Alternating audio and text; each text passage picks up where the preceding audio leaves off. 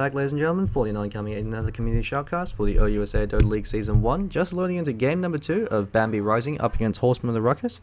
Horsemen of the Ruckus able to take a very convincing game 1 victory. Bambi Rising were able to punish them with a few defensive plays over in the bottom lane as well as the mid lane, when the Horsemen of the Ruckus overcommitted, but eventually the 14,000 gold lead in favour of the Horsemen of the Ruckus enabled them to push through for a win.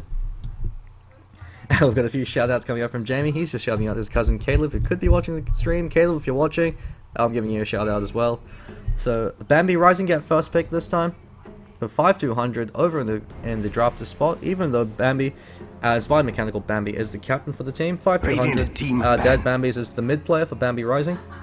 He played a silencer up against King Killer's Outwill Destroyer. Wasn't awfully effective. They didn't anticipate the Outwill Destroyer pick, as the silencer was actually a random. They wanted to go for Viper to counteract the Huskar, and actually Viper would have fared a lot better against Outwill Destroyer. But that's here, not there. First ban, respect ban to Visage, banning up Bambi's favorite hero. That Grandmaster StarCraft 2 Micro really makes Visage incredibly effective hero for Bambi Rising, especially once he picks up that Aghanim Scepter. 3 birds you could drop, and then you can resummon them if it's off cooldown. So potential 6 stuns coming up from them, as well as the physical DPS coming out from the birds. Mirana banned out by Bambi Rising. Respect ban to UGTFO, who played a phenomenal Mirana. I believe he missed something like 3 arrows the entire game.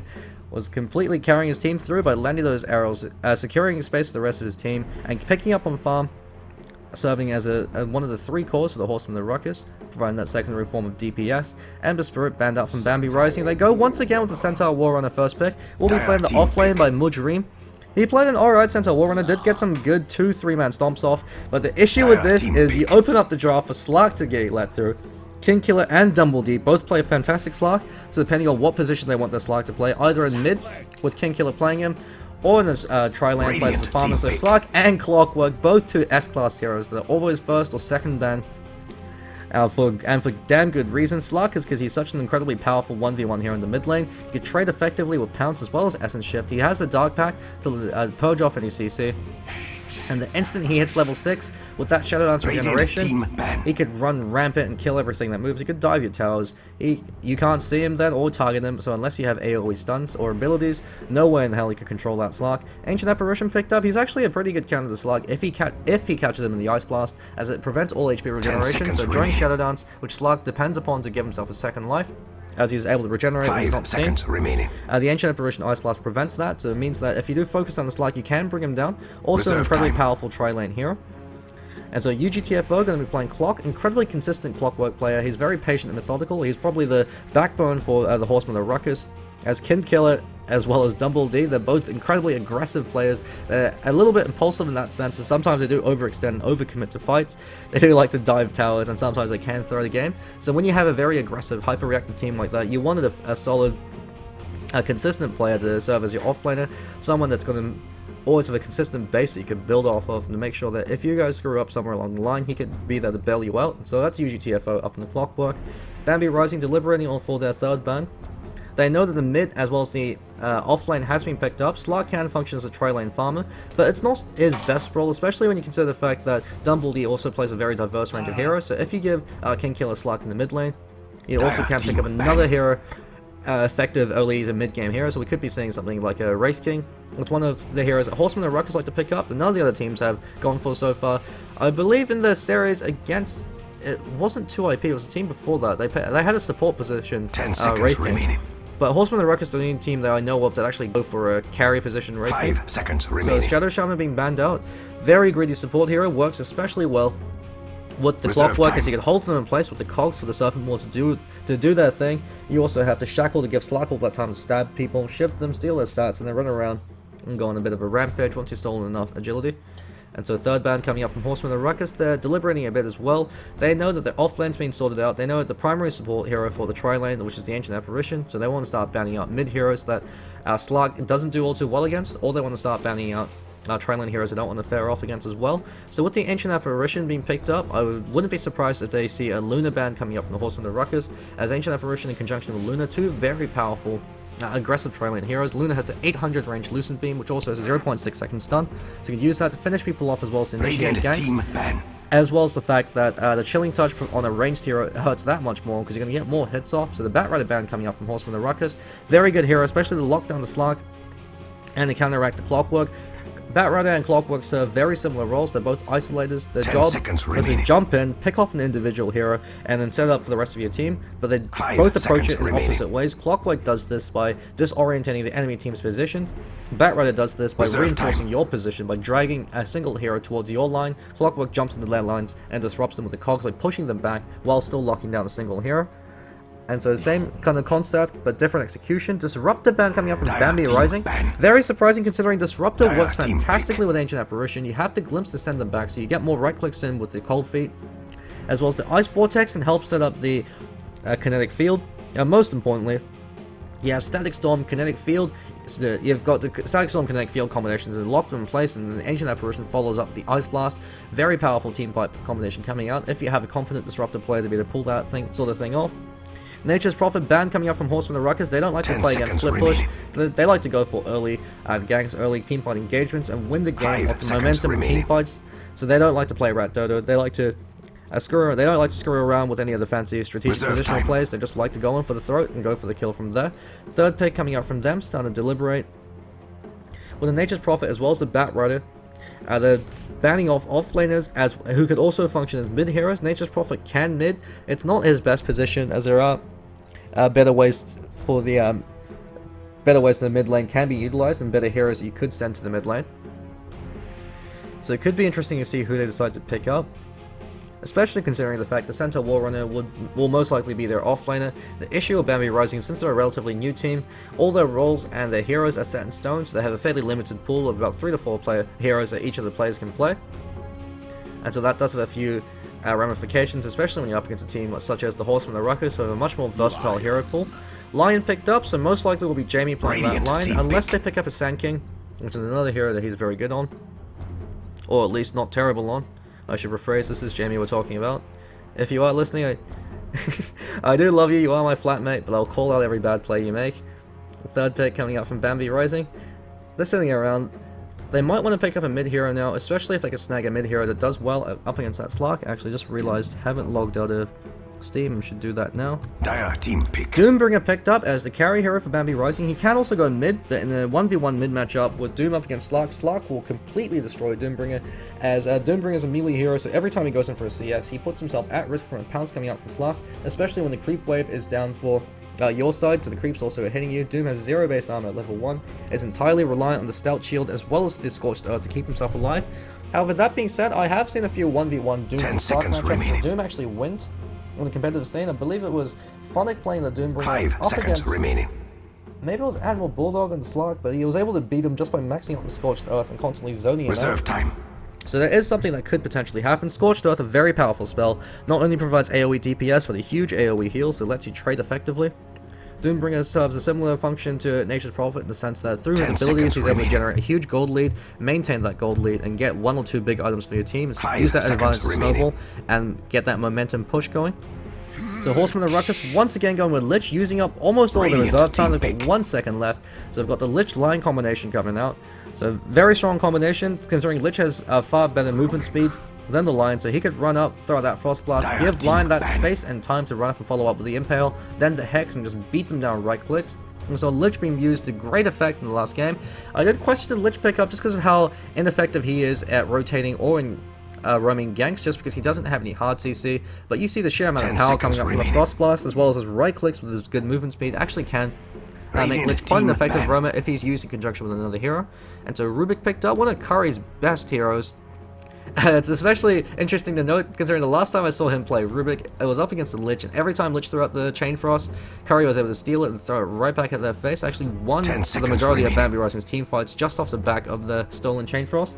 So it'll be interesting to see 5 how Gats seconds plays his remaining. Lich. He has to keep that in mind, that Lich's Chain Frost doesn't have any kind of CC Reserve at all time. to prevent the Rubick from stealing it, so he has to instantly cast another ability, but since Lich has such a slow cast point, about 0.4, it means that unless if Rubick isn't able to see Lich or isn't in range to steal the spell, he'll always be stolen.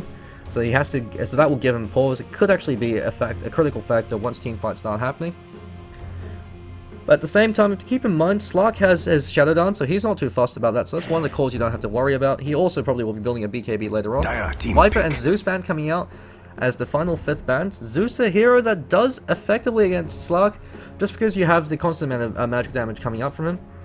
But at the same time, Shadow Dance completely negates Thunder God's Wrath, as if you do not have vision of the enemy hero if they're invisible, Thunder God's Wrath actually doesn't do any damage on them, so that's one of the ways you can keep yourself alive when you're running away back to base at low HP and you think Zeus is about to ult. If you pop a Smoke of Deceit, or if you have any kind of visibility 10 seconds remaining. Item or ability, you can use that to save yourself from being ulted from 5 Zeus. seconds remaining. Viper Van coming out. Respect Ban considering King Killer, one of his best heroes. So we've got a Puck pickup, so it looks like a tri-lane farming Slark and a mid Puck. I don't think I've seen King Killer play Puck before, but incredibly powerful hero, has completely outclassed Queen of Pain, who used to be the mid hero that everyone would go for. Just because Puck has base damage been improved, he's been consistently buffed over the last few patches. Phase Shift no longer costs mana, as well as the cooldown reduction on his Illusory Orb. Will be interesting to see what build you go for as Puck, as you can choose to max out the Illusory Orb, but a lot of players, depending on the matchup, like to pick up a second point up in the Waning Rift and a second point remaining.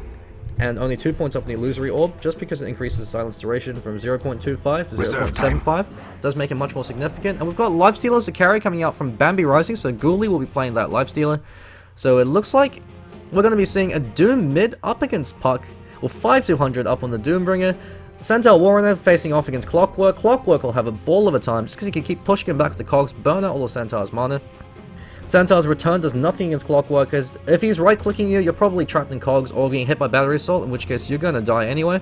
And Double Edge is effective against Clockwork, but since it does the same amount of damage back to yourself, when Clockwork pops a Battery Assault, it makes it more efficient for him to trade.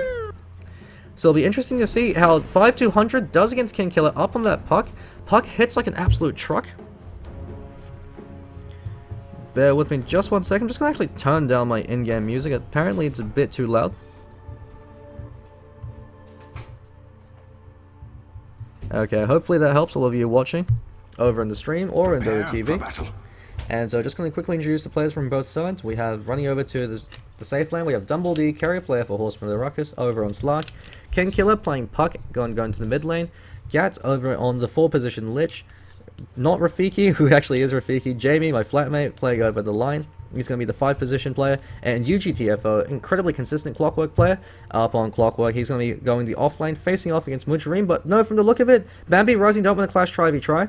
So it's going to be UGTFO as a solo against 1v3. He's going to be very happy with this, especially considering the fact that he's up against a Lifestealer and melee carry who doesn't have anywhere to jump inside his cogs. So unless he accidentally traps himself in the cogs, he always has the cogs to push him back. Lifestealer does have it a bit better than other melee carries, just because he can pop Rage, and when he's magic immune, the cogs won't push him back. 30 seconds. But it does make it incredibly difficult for the supports over on Bambi Rising to get the kill over in Clockwork. However, in their favor, they do have the Chilling Touch, Ice Vortex, as well as the Telekinetic Lift to lift Clockwork out of his cogs. So it all depends on how defensively UGTFO plays. But it looks like we could be clashing try. It could even be a tri-lane with a Clockwork, and a Slark is a solo. Dumblebee is a very experienced 1v1 player. They like to do this a lot as well. They go for unconventional tri-lanes to mess with the enemy hero. I don't know how effective Clockwork is in the tri-lane, but at the same time, you do have the 5-second cogs to lock in place for the other 2 heroes to beat down on them. Over on Bambi Rising, we have Curry playing his signature hero, the Rubick. Inspired Mechanical Bambi, the captain for Bambi Rising over on Ancient Apparition.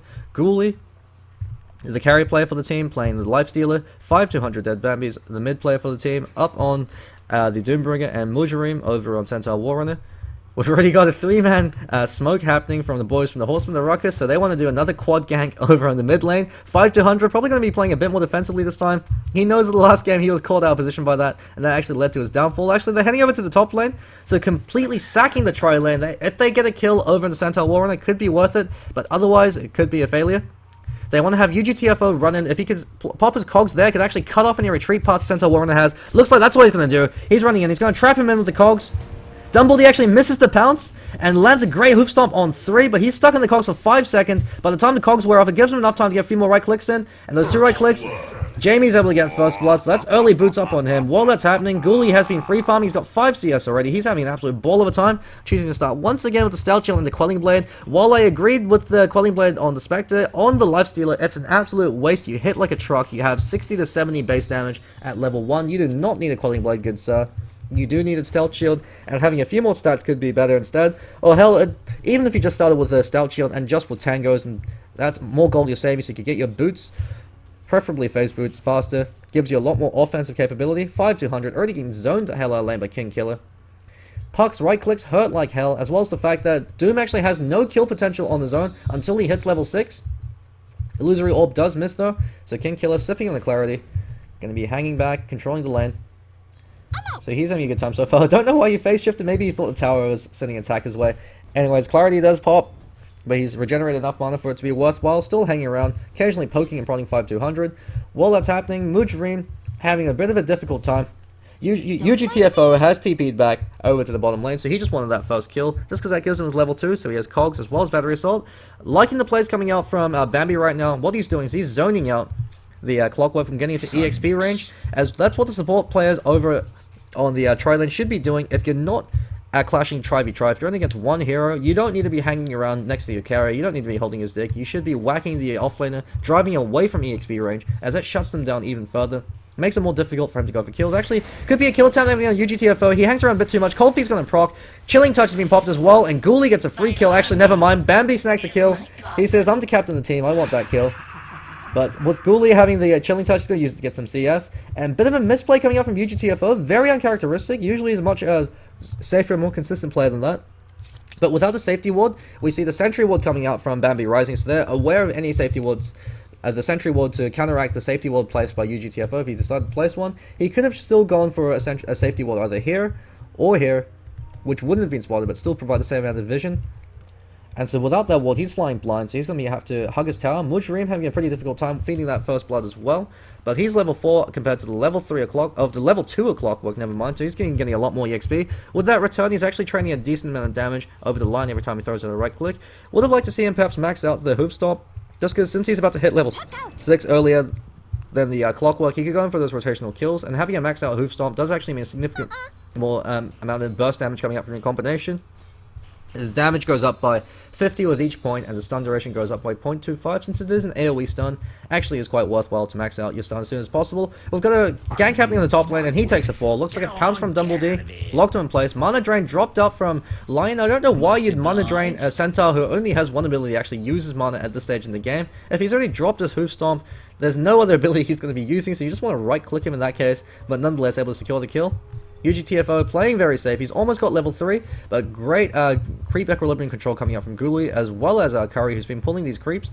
Makes it very difficult for UGTFO to get a fast level 6. Tread's already picked up over by Dumbledore, so it looks like the Horsemen of the Ruckus are sacking their offlane, but that's usually what the offlane player is there for. That's why you want a really safe and consistent player as your offlaner, just because he's able to play from behind. He knows that so long as he doesn't completely feed or ultimately kills, if the other two lanes win or even break even, he can then come around and start creating impact in the later stages of the game once the laning phase ends. So Mujreem, he's having a bit of a rougher time. He's died twice. He is getting more EXP than the Clockwork, but he's been having a much more difficult time compared to kills. Clockwork's just hanging back. He knows that with cogs he should be fine. We've got a rotation coming up from Jamie, so Lion, who's level 4, is coming over to help out the Clockwork, as well as the Lich. So it looks like the tri-lane Clockwork once again. Not too sure how effective this will be, but Battery Assault pop, Cold Feet as well as Lift and Chilling Touch. UGTF are taking low damage, gets a perfect cog block on 2. Ancient Apparition has no mana. Chilling Touch procs have been wasted. Curry's actually caught way out of position behind enemy lines. He's going to be taking a fall. Mana Drain once again from Lion. He doesn't seem to like right-clicking him. I guess he wants the mana, so that when he rotates over, he has enough to follow up with a secondary Impale. As he was dead in that case, it doesn't actually make all too much of a difference. Doombringer pops the Illusion Room. He's actually doing okay against King Killer. I'm surprised that Jesse hasn't been driving him completely out of lane, considering his superior damage, as well as the fact that he's a ranged hero up against a melee. 5200 has boots up, so that Dream Coil has actually been popped. Is King Killer going to go for this? He did miss his Illusory Orb. Doom has been popped, though. So that's a good, very good trade for the Horsemen of the Ruckus. Level 1 Doom wasted from 5200. There's no way he's going to get a kill. 100-second cooldown on that. While that happens, actually, UGTFO takes a fall. Gatch is going to take a fall as well with that open wounds. Ghoulie playing fantastically on the Lifestealer. He knows what Lifestealer is all about. He's maxing out the open wounds.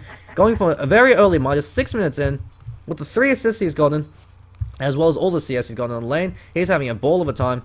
Dumbledore over on top lane, however, has gone for more safe items. He's gone for the Treads into the Orb of Venom. He recognizes that Slark is a snowball hero, so there's no point in going for something like Midas, as you need a snowball, and in order to snowball, you have to get kills. King Killer still hanging around the mid lane. He knows that without Doom, he's completely up on Doombringer. There's no way at all he could kill him unless he grossly misplays. So he's hanging around, getting some gold. He will be rushing that Blink Dagger. He's about 1/3 of the way there. 1,300 more gold to go. So if he gets a few kills, or maybe if he just hangs around and gets some CS, Should be able to get it. Rotation coming out from Lion, heading back up to the top lane. Gats is coming in for that Frost Blast, but with boots up on Centaur Warrunner as well as Stampede, nothing Lich can do to help secure a kill unless a Dumblebee lands the best pounce of his life, but even then he has to be wary. Double Edge is incredibly dangerous against a Slark who doesn't have Shadow Dance, just because he has such a terrible stat pool and such low base HP. Puck rotating top, looks like he actually might be able to catch him out with the Dream Coil. Dream Coil just went off cooldown. Excellent time rotation coming out from Killer. Stampede's been popped, rotation coming in, Illusory Orb, Pounce actually misses, Dark Pack's popped prematurely, Ancient Apparition comes and throws out the Ice Vortex to provide vision as well as that snare, Rocket Flare comes up from UGTFO, but Centaur Warrunner backs away. Stampede and the TP rotation traded away for a Dream Coil. Not the best rotation, but while that's happening, keep in mind, Doom is free farming in the middle lane. We could be seeing Midas Gaming coming up from Bambi Rising. Never mind, he's going for the Mechanism up on Doombringer. Great pickup on him. Makes him a hell of a lot tanky to bring down, as Doombringer's biggest issue in terms of survivability is while he has a high strength gain of 3.2 per level, he has very low agility gain, therefore very low armor. Mechanism gives you plus 5 armor from the buckler, as well as an additional plus 2 when you pop the Mechanism heal. This is an underlooked fact of the Mechanism, as it actually provides a little bit more survivability for your heroes, especially when you're up against physical DPSs such as the Slark. Although, bearing in mind, Slark also does do a lot of magical damage with the Pounce as well as the Dark Pact. In that sense, he almost has a similar combination to the Lina, who has the Light Strike array as well as the Dragon Slave. Slark has a very similar combination at less mana, so that's one of the reasons why he's so dangerous as a ganking hero, is he, every 6 or 7 seconds, he can throw out that combination. Dark Pact actually has something like a 4-5 second cooldown at level 4. Yeah, 6 second cooldown, so he has a very deadly combination that can throw off at least twice during fights, so you could use that to burst you down in conjunction with the free right clicks he gets in during Pounce as well as Shadow Dance. Mujreem, now that he's hit level 6, he's been doing okay. Stampede's just gone off cooldown again, so he's just leeching XP. Looks like he's picked up his Tranquil Boots, cops the Dark Pack to his face, but it's only level 1 Dark Pack, so he should be okay. While that's happening, looks like this game's a lot more even in favor for Bambi Rising than the last game was. Even in kills, UGTFO hasn't had the greatest start, whereas in the last game he was absolutely balling out of control. Phase Boots picked up on Lifestealer, so Ghoulie knows what's up. He recognizes that his hero can only carry as a singular carry unless there's a Tricore set up. If you have a lot of early kills and they're able to snowball, if you get that early item advantage, great Waning Rift as well as Phase Shift buys Killer enough time so he doesn't get doomed. Is doomed eventually, but that means there's a lot more overcommitment coming out. Looks like 5200 is going to take it forward. Gats hanging around. Hex being popped. He's got double damage. Hope comes up from UGTFO. Catch that 5200. There's the Cogs coming out for him. He's in tower range, however, so he has to be careful. Never mind, it's just the Cogs. Curry steals Cogs and pops and trapping in UGTFO, but Jamie's hanging around with the Impale, so he throws it out. Mana Drain, even though Rubick doesn't actually have any mana. Gets some right clicks in Jamie. Right click him down. UGTFO's tanky when he hits down. He takes a free fall. Don't know why Lion wasn't throwing out right clicks. It could have saved UGTFO's life there. He's going to take a fall, especially with the Stampede. Never mind, Stampede has been popped. Double Edge might be flying out. Never mind, went for the Hoof Stomp. Hoof Stomp was cancelled. And Lion just barely limps his way on out. So 2 for 2 trade coming out once again. Breaking even. Just going to take a quick golden EXP check. 1,000 in favor of Bambi Rising, so they're taking the lead, as well as 1,000 gold. Horsemen and Ruckus are actually in the back foot this game. Very interesting to note, considering the fact that they got 2 early kills at the start of the game. Up on the Centaur Warrunner, he hasn't been able to accomplish all too much as an individual hero, but with the Stampede, he's been providing a lot of space and momentum for his team. Killer did go down in that fight, eating that Doom to the face. He did buy himself a lot of time by using both the Waning Rift as well as the Phase Shift to make it difficult for 5200 to throw out the Doom. Looks like Killer's actually a fan of Phase Boots on Puck. Puck is one of the few heroes who actually prefer treads just because you have Blink and Illusory Orbs. You've got 2 repositioning abilities, so in that case, having the attack speed as well as the extra stats for your tread switching is more effective. But while that's happening, Dream Coil catches out 1. Ancient Apparition throws out his Chilling Touch. Finger of Death over in 5200. Looks like he's going to live while it's happening. Jamie's taking a lot of right clicks over from Lifestealer. Killer's way out of position now. Illusory Orb has been popped. Never mind. Defensive Hex jumps, pops Lifestealer. Keeps him safe. Centaur Warrunner's coming in now. Phase shifts, Hoof Stomp lands. Looks like Killer's going to take it forward. Double Edge to the face. Good plays coming up from Bambi Rising. Just barely able to keep himself alive. UGTFO traps Jamie in, and he takes a fall with the Fade Bolt. However, his Cogs pushes Centaur Warrunner back, drains all his mana. Great plays coming off from Curry. His Rubick has been absolutely on point so far. Ice Blast is chasing after him, going for the JFK snipe. UGTFO says nope, backs away, dodges it, and he makes his way back home. And Mechanism picked up on Doombringer. This is an incredibly significant pickup, as Gats is nowhere near his mech, and neither is the Lion. Gats most likely the one that's going to be finishing it. And the team that has a mech has a significant early team fight advantage over the team that doesn't, just because you're adding an extra 250 HP buffer to the rest of your team. While the enemy team doesn't have access to that. It means that you can't burst Doom down at this point in the game. There's no way you could lock down Doom long enough to kill him unless you get a perfect CC rotation and follow up the Finger of Death, in which case you've wasted way too many resources to bring him down. But while I say that, Slark just picked up a Shadow Blade, so he's going to start roaming around the map, killing everything that moves. He's got 2 points up in the Dark Attack as well as the Pounce, 4 points up in the Pounce. So if he times it perfectly, getting the Shadow Blade hit in, then the Dark Pack, then the Pounce, or the Pounce into the Dark Pack, you do a lot of damage. Very interesting, Jesse chose to actually upgrade his boots. I would have thought he'd stick on naked boots for now and then just rush his phase boots as soon as possible. That's the pretty standard puck build. Stampede's been popped. Dumbledee's been doomed. Dub's going to take a trade. Over in 5-200. Never mind. The double edge finishes him off, and the mechanism pops to keep Doombringer alive. And Bambi Rising actually taking a commanding few fights in the last few minutes. Lion's hanging around the top lane. He's backing away. He moves up forward, throws out the Impale, as well as the Mana Drain. Actually burns off enough of Centaur Warrunner's mana that he can't go in with the Stampede or with the Hoof Stomp. So good plays coming up from him. That neutralizes Centaur Warrunner as a threat, but he's 2/3 of the way over to his Blink Dagger. Once he has that up, makes him that much more dangerous as a hero, just because he could initiate with the Stampede, blink in, land the Hoof Stomp, immediately follow up with a double edge, and then run away, or continue to chase people down. King Killer's rotational ganks have been effective, but at the same time, he has died twice, so that's really limited his effectiveness. They need to start getting kills over on Ghoulie, as he's been left unchecked.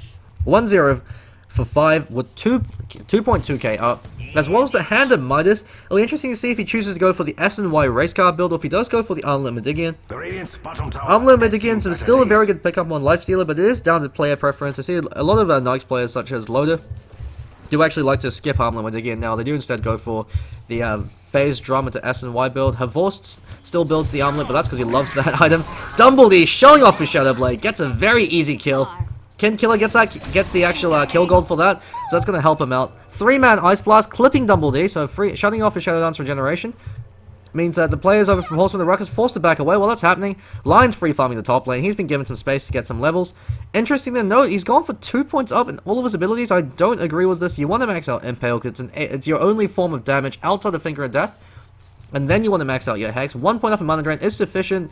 While it's happening, Dumbledy scouting around with the Shadow Blade popped. He wants to catch out Ghoulie. Ghoulie runs in, but there's 2 heroes TPing in. Orange as well as blue, so Centaur Warrunner pops Stampede. They're out for blood. Gat's going to be the one that's going to be called out. Jamie runs in, standing by with the Impale as well as the Stampede, catches out Dumbledy, but he immediately pops Shadow Dance. That's a wasted Shadow Dance. Dream Coil as well as Chain Frost bounces on 2, gonna kill them off. Ghoulie pops Rage, so it bounces over to 5-200. Ice Blast completely whips on everybody. Dumbledy runs in, and Finger of Death finishes off the Lifestealer. Jamie is sick of Lifestealer's shit, so he fingers him in the butthole and finishes him off. Frost Blast kills off Centaur Warrunner. Curry arrives too late to the party, so he runs away, dejected. And that looks like a free tower coming for Horsemen of the Ruckus. Great fight, 3-0. Dream Coil with the Chain Frost combination. Brutal team fight power coming out from them, as it's damned if you do, damned if you don't. If you break the coil, you take damage as well as the stun. If you stay within the Dream Coil, you're eating the Chain Frost. Even if you do break it, you're still going to eat the Chain Frost anyway, so you're completely screwed. Not only that, you have an even further level of synergy. If UGTFO is able to get some great cog positional plays off, you can actually push them outside the cogs while the Chain Frost is bouncing around. So they also takes that cog mana burn, HP burn, as well as the extra second stun duration. Earnest Shadows picked up online. Great pickup for the boys over in the Horsemen of the Ruckus, just because they do like to constantly go around for rotational ganks and then transition those into towers. Every gank you get gives you a few souls for Lion to be able to use to heal up his teammates, so you can keep on pushing. As well as the fact that you can use the dot to finish off fleeing heroes. It's about 14 damage per second, so it's not the best thing in the world, but it can often be enough to finish people off, especially when they're very low and they're just about on their way out. Also a good counter to Dazzle's Shallow Grave. You pop the Earnest Shadows on him, you keep him low so he's at 1 HP, and then you back away, so unless he's able to heal himself up with the Shadow Word, he'll die to the dot tick damage once Shallow Grave ends. Double damage rune over in the top lane, no one spotted that out yet. 5-200 hanging around. It'll be interesting to see what his next item is. We could be seeing a Blink Dagger just so he can initiate over in the players, but he's gone for Phase Boots. Great pickup on Doombringer. Superior to Treads because Doombringer is very slow outside of Scorched Earth, and the more mobility you have, the more damage you could output, especially as a melee hero. So Phase Boots up on the 2 core melee heroes. Centaur Warrunner almost has his Blink Dagger. He did go down in that last fight, so has delayed it significantly. 500 gold off. Looks like Ghoulie's just picked up his Armlet Medigian. Dumbledy don't give me a scouting. He might actually go for a kill on Ancient Apparition. Stampede's been popped. Ice Blast pops on Dumbledy. He pops the Shadow down, so he's going to be okay for now. Dream Coil popped on 3. He takes the fall with a double edge to the face. Impale catches out Centaur Warrunner. Doom is forced on the Lion. Waste of a Doom, as Lion already had thrown out his Impale. UGTFO goes in for a hook. Where's the cogs coming out from him? Hoof Stomp lands. Kinkiller actually falls in the background. Ghoulie actually gets a free kill. Jamie comes back, and while he's doomed, he's going to take a fall with Doom. Beans getting down with the axe as well as Tactic left. Gets a cheeky Hex, but takes a fall in the end. 4 for 2. Terrible engagement coming out from the Horsemen of the Ruckus. They got greedy, they overcommitted, they underestimated the defensive power coming out from the Doombringer with the Scorched Earth, as well as the mechanism. The fact he was able to doom Lion meant that while Lion didn't have his finger off cooldown anyway, it also prevented him from using the Hex. So all he was able to throw out is that level 4 Impale he's maxed out now. And that was his contribution to the fight. The Ice Blast also landed over on Slark. That completely negated his Shadow Dance regeneration. So the instant 5.5 seconds were up, Centaur Warrunner just double-edged him in the face. That instantly popped him. Mechanism now finished by Gats over in the Lich. So 17-minute mech. 6 minutes later than Bambi Rising. So this could be the tipping point for Bambi Rising. As in terms of EXP, they're 2,000 EXP ahead. But in terms of gold, they're also 2,000 EXP. So it looks like Horsemen of the Ruckus are playing from behind. Very rare to see this happen. Usually they secure the early game lead. But so far, they're holding onto their towers. Only one tower's fallen. And that's in favor of the Horsemen of the Ruckus. So that's the only thing that's keeping them in the game so far. As the puck, he hasn't been terribly effective. He's actually called out, eats a double edge to the face, and might take a fall. That stampede damage just enough to bring him down. He was 400 gold away from his blink. Now he's 700 gold. I think Centaur Warrunner's just finished his blink dagger. Yeah, he's got 2.3k. Ghoulie picked up his Armlet Medigian. He was able to show that off in the last fight, doing a terrible amount of damage. Blink dagger picked up, shows it off to Lion. Lion now knows there's a blink dagger, so he can warn the rest of his team. Haste run over in the bottom lane. UGTFO hasn't been as amazing as on his Clockwork as I like. He has been doing what he can for his team, but just the defensive power coming out with the Doombringer providing the mech heal, as well as the lifesteal being so hard to bring down, really it hinders the effectiveness of Clockwork. He hasn't been able to bring down any of the heroes on the Radiant side fast enough before they can get off their abilities. Curry's been playing fantastic, stealing his cogs whenever he gets the chance. He's stolen his Hex, so that's a 3-second Hex over on Curry. That's incredibly dangerous with the Teleconnect lift as well as the Hex. That's 4 seconds of CC that he can still locked in a single hero. They can't really, Horsemen of the Ruckus can't really take a fight right now until they finish, Jesse finishes his Blink Dagger, but looks like he's gone for a Bracer, so it could be going for Phase Drums. I really don't like that pickup on him just because the whole idea behind picking up Puck is so you can get the Blink Initiation with the Dream Coil, then you can also drop that Waning Rift as a 3-second AoE silence that does 280 damage, is nothing to sneeze at. That also provides you a lot of utility for the rest of your team to follow up. And then you can use your Illusory Orb to do damage and at melee range, so you guarantee that you get it off from 2-3 heroes and use it to jump yourself out of the fray so that they can't burst you down. By going Phase Drums, you're forced to use Illusory Orb or the Phase Movement Speed to land that Dream Coil. That makes it very obvious. While that happens, we've got Dumbledy coming in, catches out Curry, Cogs traps out Centaur Warrunner, and he's fingered to death by Jamie, who's in the back end. He's being initiated on by Ghoulie. Doombringer comes as well, catches out Doombringer with the Impale. 2-man Dream Coil. Rage has been dropped by Ghoulie, but Rage ends. Chain Frost bouncing back and forth. Ghoulie's going to take a fall. And great fight coming up from Horsemen of the Ruckus. Gats is actually going to shatter from the damage coming up from AA. So good play coming up from Bambi, getting a bit more revenge. So making a 4 for 2 exchange. But all in all, Horsemen of the Ruckus starting to turn it around. That mechanism showing itself off in that fight. Keeping Lion alive for a little bit longer. Ensuring the kill. Forcing the Doom to commit into the fight. Ate the Dream Coil to the face. So Kinkiller, if he gets the tower last hit from this, he actually won't be too far away from his Blink Dagger. So even though I was calling him out for going for that casual Bracer, could actually work out for his team now that he was able to secure that fight. Great play coming out from UGTFO, catching out Centaur Warrunner and isolating him from the fight. Rubick instantly fell from the Shaman, a burst damage coming out from Dumbledy up on the Slark. Will be interesting to see what enemy chooses to go for next. I would really like to see a BKB up on him, just because the majority of damage coming out from Bambi Rising at this stage in the game is magical damage. He has, if he could use the BKB before he gets hit by the Ice Blast, he still has the debuff on him, but he's not taking that initial nuke, as well as the double edge, and those are the two abilities that are really killing him in these fights. If Doombringer is forced to Doom Slark, that means that your Puck, as well as your Lion, are safe, so they can throw out all their abilities. And since Dumbledy's the one initiating these fights, as the Radiant side haven't been too vigilant with dropping sentries, considering the fact that Dumbledy has his Shadow Blade up, he's always able to initiate over to the Rubick or over to the Ancient Apparition, kill him off. While that's happening, Stampede, TP rotation coming in from Kinkiller saying, get the hell away from my flatmate Gats. He's hanging around, 400 gold off his Blink Dagger. Should be picking it up pretty soon. Very late Blink Dagger coming up from him. 5-200 was able to do a very good job laning against the Puck, despite the significant advantages Puck has. So maybe he was feeling a bit off his game today. He gets a 3-tower kill in the top lane. So radiant anymore, it turns So he's out. about 50 gold off. He might just walk over, whack a neutral creep down. Blade Mail picked up a UGTFO, significant item on him, with the face boots as well as the cheeky point booster that he's going to use to build towards his Aghanim Scepter. That gives him all the stats he needs. The Blade Mail means that all the AoE damage flying out from Bambi Rising is going to be returned. It's going to smack you right back in the face. Not very effective against the Lifestealer, just because Ghoulie can pop Rage. He's magic immune. Blade Mail does magic damage, so Ghoulie doesn't give a damn, so he'll just be able to Rage and start beating on you anyway. But the Rubick as well as the Ancient Apparition, it gives them time to pause. If they throw out their spells, the Ice Blast, he pops Blade Mail and gets hit by the Ice Blast. There's a lot of damage flying out to the Ancient Apparition. Fade Bolt, Rubick can't control who it goes to. Actually, a cheeky Ice Blast just hits Gats in the face. Gats is forced to back away now. Play safe, just in case. He's picking up a casual Bracer. Probably might be turning that into a Drums of Endurance later on. Good pickup on Lich. It gives him a lot more stats, but most importantly, gives him that chasing power, as it looks like no other member of his team is going for the Drums of Endurance, so you usually want to have one per team. Double damage, as well as Blink Dagger picked up on Puck, so King Killer finally able to show off his moves now. He's got his entire arsenal for Puck. Probably will be building towards the Sheepstick as his next big item now, as it gives him that lockdown. You use that to help control the fight. Doombringer picks up a Plate Mail. Could be either an Assault Cuirass or a Shiva's Guard. Both of them are very good pickup on the Doom. Shiva's Guard gives you another form of AoE CC, as you could use it to run in with your Scorched Earth, pop the Shiva's Guard to snare people and start beating on them. Makes you very difficult to deal with, and it's a great item against Slark. Slark has terrible attack speed until he picks up a lot of items or a lot of agility, and Shiva's Guard has a negative 40 attack speed or and a 900 AoE. Also good against Clockwork, as it hinders his attack speed, as well as Puck.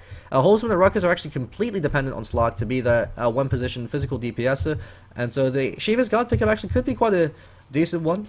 Unless if Slark is able to get a lot of farm, the Shiva's Guard will cripple a lot of his damage that he deals during these fights. He really relies on getting the Essence Shift stabs off during either the Shadow Dance duration or when he first initiates on the hero.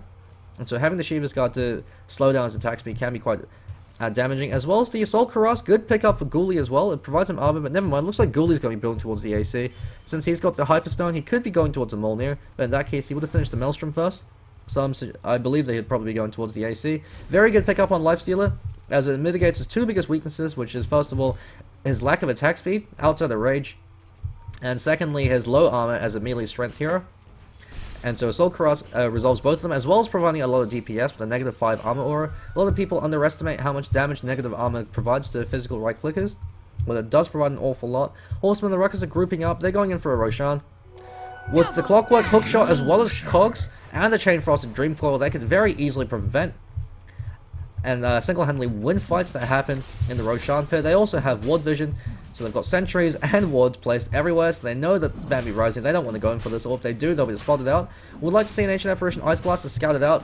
Dumblebee taking a lot of damage, but he just has to back away. Use that Shadow Dance regeneration, and then he'll be right back up to full. UGTFO taking turns tanking. Ice Blast is going to fly out. UGTFO is actually about below half HP, so that's a bad position for them to be in. They do have those wards placed both over here, as well as here, to provide them a lot of advance warning in case they decide to go in. Bambi Rising, they know something's up, so they're grouping up now, but it could be too little too late unless they initiate perfectly. Where's that Stampede to blink? Come on, Centaur Warrunner, go in for it. They hesitate. That hesitation actually just cost them Roshan. The boys from the Horsemen and Ruckus, they get a free Roshan, and Slark with an Aegis just becomes that much scarier. Blink Dagger picked up on Rubick though, so Curry's able to hang around the backhand, wait for Lich to throw out the Chain Frost, blink in, steal the Chain Frost, and return it right back towards Horsemen and Ruckus' face. Blink Dagger is such a critical pickup on Rubick just because it increases his effective range by 1,100, also gives him that maneuverability. So Rubick likes to usually go for Blink as well as Force Staff, as it makes you function almost like a ghetto puck. You have the Blink as well as the Force Staff to constantly reposition yourself. Means that you, so long as you have mana to cast your abilities, you don't even have to go for right clicks. You can just hang around the backhand, steal spells, Force Staff yourself in, or Blink yourself in, return the spell to their face, and then back away. If you steal a spell like Burrow Strike, it makes you that much more elusive. One of the reasons why Rubick is an incredibly powerful hero, but he is just contingent on picking up either the Blink or the Force Staff before he really starts to pick up as a hero, as otherwise he has to be too close to the front line, and it's very easy to pick him off. Dumblebee's been doing an excellent job of always initiating on Curry whenever he has the opportunity, and that has been turning fights in Horsemen and the Ruckus' favour. Just going to do a quick golden EXP check. 1,000 EXP lead in favor of Bambi Rising. That's because, unlike the Horsemen and the Ruckus, they're actually split up now, so they're getting a lot of farm. In terms of gold lead, about 500 gold lead for Horsemen and the Ruckus, so that's just due to the fact they took Roshan, as well as an extra 2 towers. So Bambi Rising hasn't taken a single tower and they've been breaking even in these fights. That the tower advantage isn't as significant a deal as you might think, just because if they do win fights, they can instantly take all 3 tier 1 towers and use that to give them a 3,000 team gold advantage. But until they take those towers down, they have a lot less map control. You see they've got a defensive ward placed here to guard off their ancients, as well as to see any rotations coming in from the jungle. And that's actually about it. Bambi Rising supports have been playing very poor and very scared. They're just relying on Ghoulie to get his farm. But Lifestealer, as your sole physical DPSer, does fall off unless he has a significant gold lead or an item lead over the enemy carry. And when you're up against a hero like Slark, who actually has Shadow Dance, Lifestealer actually loses to the Slark in the late game just because Slark almost has his Skadi up. And not only that, he can instantly jump and blow up when he support heroes. Lifestealer doesn't have the sheer amount of power to do that. He has finished his AC though, so Bambi Rising are in a great position. As Lich is a very fast hero, so even with open wounds on him, he still is able to limp his way away. Lion has been playing pretty safe. He's almost got the 4-staff up on him. Once the support players start picking up 4-staffs, really mitigates a lot of Lifestealer's damage. You can just kite him around. That's his biggest issue. Dumbledore pops the Shadow Blade. He's out for blood. He might catch out 5-200. We've got some TP rotation coming in, but the rest of Bambi Rising are hanging around. Outside of Ghoulie, actually, this could be a good fight for them. Pounces, immediately pops Shadow Dance defensively, forces 5-200 to pop his mech. Stampy's been popped, Finger of Death, kills off the Doombringer before he can get Doom. This is significant. Curry dies instantly. Mechanical Bambi is caught out of position. The Cogs from UGTFO, fantastic hook shot. And they take a fight 3-0. Ghoulie is going to take the bottom tier 1 tower in the backhand, so he's making a trade, but he's also going to be losing the tier 2 in the mid lane. With the Aegis the Immortal up on Slark, Horsemen and Ruckus want to take as many fights, as many towers as they can. Ken Killer wasn't even in that fight. He's just rocking up now saying, "Sup guys, what did I miss?" Gonna throw an illusory orb to catch them out. While that happens, actually, Centaur Warrunner called out the pounce. He might take a fall. Dumbledore can dive this if he chooses to. Earner Shadow's popped. Never mind. Blink Dagger comes out. Earner Shadow's his HP removal, so it doesn't disable Blink Daggers. Otherwise, it actually would make it completely overpowered. So similar to the Vengeful Spirit Howl of Terror, it doesn't disable abilities like Blink. 4-star up on Centaur Warrunner. Very interesting build, considering he does have the Blink Dagger as well, but I guess the 4-star is mostly for repositioning his allies as well as himself away from the Slark. And similar to a Naix, the best way to counteract the Slark is to kite him. But the issue is, unlike a Naix, he has Shadow Dance, which gives him max movement speed. He has Pounce to lock them in place, which is a very low cooldown. And he has an Eye of Skadi, so he's not afraid of being a chase hero around. The other reason why Slark is so difficult as a support hero is usually if you're up against someone like a Naix, you buy a Ghost Scepter. When he runs towards you and rages, you Ghost Scepter when he gets up to your face, and you laugh at him. Slark, he still can hit you with his Pounce as well as his Dark Pact, and it actually does a surprising amount of magic damage, so he's more than happy to do that, and then switch targets. So it's an ineffective pickup at best. It's not as efficient as it is against the pure physical DPSs such as Naix, who actually can't do anything to you if you make yourself ethereal. Grouping up to push the top tier 2. Aegis the Immortal is going to be reclaimed in about another minute and a half. So that could be a significant factor. Goes in for a pounce. Catches out Curry in the back end. Great plays coming out from Dumbledore. They're going to kill him. They throw Doom. They throw everything they have to kill Slark. Well, that happens. Puck also goes down. Finger of Death. Once again, Chain Frost comes out. Catches 2. Catches 3. Cogs pushes back Mujreem. He fakes a fall. Bounces again to Ancient Apparition. Amazing fight coming out from Horsemen and Ruckus, as that Chain Frost from Gats completely won them the fight. They blew all their big abilities over to lock down the Slark, but with that Aegis the Immortal, which was going to go off cooldown anyway, had 1 minute before the Aegis actually went down, so missed timing coming out from Bambi Rising. They jumped the gun a bit, they blew everything they had. Slark comes right back and just wipes them. So the only hero they lose is King Killer over in the puck, but he's more than happy to take that 1-for-4 trade, especially with the fact that it's actually a free tattoo tower. You see Dumbledore, he's playing very cheeky. He's actually hanging around a high ground, waiting for Ancient Apparition. All the Rubicks go up top to defend it, just so he can pounce and bring them down. When he recognizes enough falling from the bait, he continues to go and start beating down the tower. Lion picked up his 4-star, so he's able to use that to kite around Ghoulie. Curry blinks in, but he might have blinked into his Doom. Dark packs up to the telekinetic lift and gets a free kill. I don't know what he was thinking of doing that on his own, because even if he did get a perfect CC rotation, he wouldn't be able to kill Slark. Slark really doesn't give a damn. Ancient Apparition can't do enough damage to kill him at this point, especially considering he has the Eye of Skadi, so 2k HP, plus the Shadow Dance, which enables him to regenerate pretty much all of his HP back up during those 5.5 seconds. He's hanging around. Gonna take a very cheeky kill up against the Ancient Apparition. Before the players can even react, he pops his Shadow Dance, and he's just gonna run away. There's no way, nothing Bambi Rising can do. They're playing scared. The guerrilla warfare coming out from Dumbledore. Curry actually disconnected, waiting for a pause to come out. UGTFO picks up his Aghanim Scepter in the meanwhile. Not too sure what happened. I'm assuming internet issues, as it has been plaguing the ODL1 a lot. No pause coming out from either teams. And BKB picked up on Doombringer. He just got a casual plate mail. Wow, okay, so I guess he just wanted the survivability. Would have perhaps liked to have seen something like a Vladimir's offering then in that case, as he gives lifesteal an additional +5 armor, especially as it connects with the Assault Cuirass. Rubick reconnects back, so it's not too big of a deal. 4-star picked up on Lion. Looks like Lich is going for the Aghanim Scepter once again. I really should message Get and tell him it's not the most efficient pickup. Yell at him instead to go for the Veil of Discord, especially when you have the Lion Finger of Death around. Jamie has been pretty good with his Finger of Death. He's been using it mostly in the Centaur Warrunner or in the Doom, depending on which one they jump, just to burst them down and bring them out of the fight.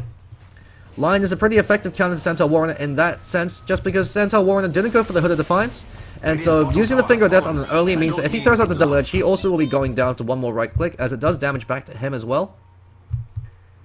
But otherwise, being able to burst down that Doombringer has won them a lot of fights. Doombringer hasn't been able to get his ult off a lot, so with that BKB pickup, he's able to bring out his Doom and make sure to use it to lock Slark in place.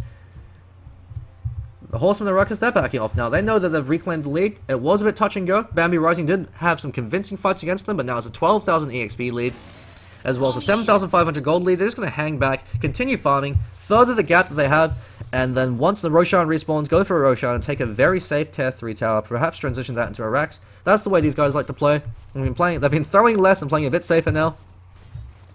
Well, that's happening. Ghoulie, he's going for an MKB, so he's sick of Slark shit. Or he could actually be going for a Cranium Basher. Most likely to be the Cranium Basher. MKB, actually there isn't any hero who has evasion for him to go for. So Cranium Basher, very good pickup on him.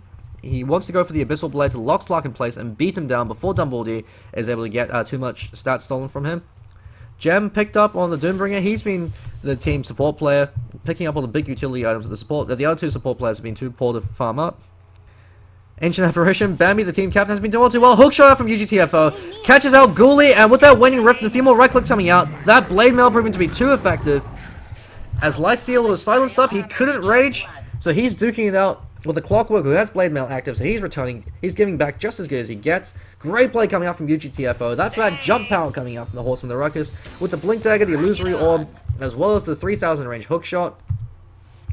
Nowhere is safe if you're spotted out, especially if you're on your own. Dumbledore playing very cheeky. He's running around like a Viet Cong with the invisibility from his Shadow Blade as well as the Shadow Dance. He knows when the enemy team has vision of him, so he knows when he has to play a bit more safe and when he can play a bit more aggressive.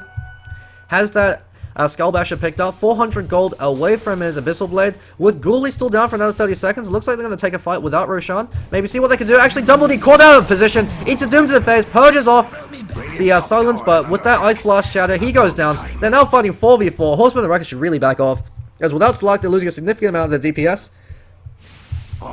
Bambi Rising, they should look to take a fight right now, but they blew too many of their big spells. They threw out the Ice Blast, the Stampede, as well as the Doom, just to bring down Dumbledore. Dumbledore actually buys back. They want to take Roshan before they do anything else. They know Roshan's up now. That's a very risky buyback. If he does go down, his respawn cooldown will be 90 to 100 seconds. And without another buyback for 5 minutes, could be incredibly detrimental for his team. Bambi Rising have a huge shot at a comeback right now if they're able to take a fight. But at the same time, keep in mind, they've only lost one tower.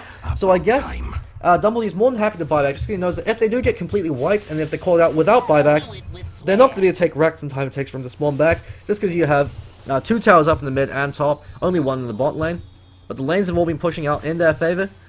And so they've been strangling Bambi Rising. I would like to see a gem picked up by the Horsemen of the Ruckus, as Dumbledore is able to let them know exactly where their wards are, as every time he loses that Shadow Dance regeneration and the movement speed, he knows something's not quite right, so he knows they have vision of him. Fade Bolt thrown out just to drive him back. Dumbledore pounces in, blink out by Curry. Great defensive blink, otherwise he wouldn't be caught up by the pounce and could have possibly died. Radiant's top tower is under attack. Poking and stabbing at that tower. Radiant side are hanging around. We've got the Naix Bomb up in Centaur Warrunner.